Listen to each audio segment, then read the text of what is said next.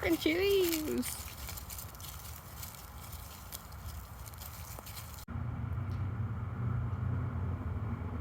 She loves heights. Anything to get an overview, to find some squirrels or birds, she's all about it. And people and dogs too, of course. Hi, Fable. Hi, BookTube. Happy Monday. It's around 3:30, and I just, as per usual, finished work and walking Fable. It's been a really cloudy, drizzly kind of day, but as you can see, I'm outside because it's warming up just a little bit, and there's not pouring rain. So I was like, why not come sit outside and just watch the leaves fall? And yeah, cause I love the fall season, and just I want to take advantage before it gets too cold and damp.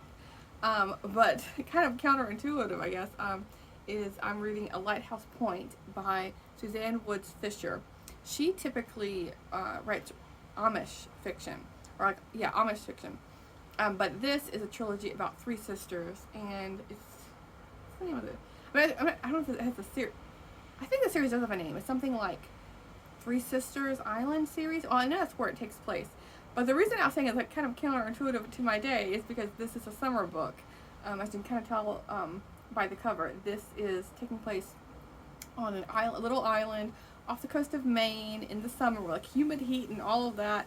But it was one of the last books I have on my list that I wanted to read before the summer ends. I have quite a few others, but I'm just gonna on my library app on Libby, but I'm just going to mark them, tag them as for summer, and then if I get in the mood for a summer read, I will, but otherwise I'll save them till when it warms up. Because for books that are thematic like this, like some summer books are, I do try to read them only in the summer. But yeah, this is my last one. I read the second book in the series when I was on vacation this past couple months ago. My goodness, time does fly. And how we're already in the fall season. But anyway, I will talk to you in a bit. So I guess this is going to be another one of those sit down, talk about what I'm reading, a lot of kind of vlogs. I did finish Suzanne Woods Fisher's At Lighthouse Point. I can't remember exactly what I was talking about earlier when I was introducing this book, but it's about three sisters living off the coast of Maine with their father, and you get to know the small town. And this is the last book in the series, following the youngest sister, Blaine, who is an aspiring chef. And she's bringing back friends with her from her cooking school that she went to, who's having an influence on the town because, as an outside perspective, he's able to, see more intuitively what each person is dealing with and going on through their struggle. So it's just like a small town, story, and it's very nice. She typically writes Amish fiction, but this is more of Christian fiction, but it's not too heavily religious if you're not into that. Yeah, it's just a nice summer read, and I'm happy this is one of the probably going to be the last summer book I read this year. And I also finished The Yellow Wallpaper by Charlotte Perkins Gilman. I was never assigned this in school, high school, middle school, college, but I read it outside of school, obviously, just now. And I, of course, I've heard about it. I knew inklings of what the story was going to be about. It's about a woman who is a wife who's slowly seeping her way into just going absolutely crazy, you're losing her mind kind of deal with this wallpaper, as the cover can kind of attest to. And I read the other stories as well, and they were all kind of feminist takes on just how women can question and conquer adversity, stand up for themselves, be independent, that kind of thing. But yeah, this was a very strong short story collection. There was hardly any duds, and it was really really good. So yeah, I would recommend this if you only read The Yellow Wallpaper, and you liked it. Then I would recommend reading the rest of the short stories. And then the last book I read is Birds of North America: A Guide to Field Identification. And this is a little golden book. And really, what I did was just flip through all of the artwork, and the artwork is just stunning.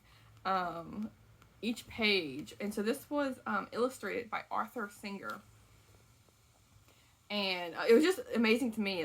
Some of the head illustrations, you can just see how there so many are so similar. It's mind-boggling to me. I'm not a bird or anything like that, I mean, I just know the vaguest ideas of what these animals are. By just flipping through this and seeing so many different variations, I'm just completely overwhelmed by it. I'm kind of scared off um, by ever wanting to be a birder.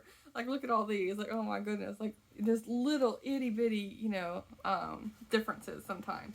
And like these with the speckles, like some have like a darker speckled chest than the others, and but yeah, I really enjoyed flipping my way through this, and I read some of the on the other side of each page.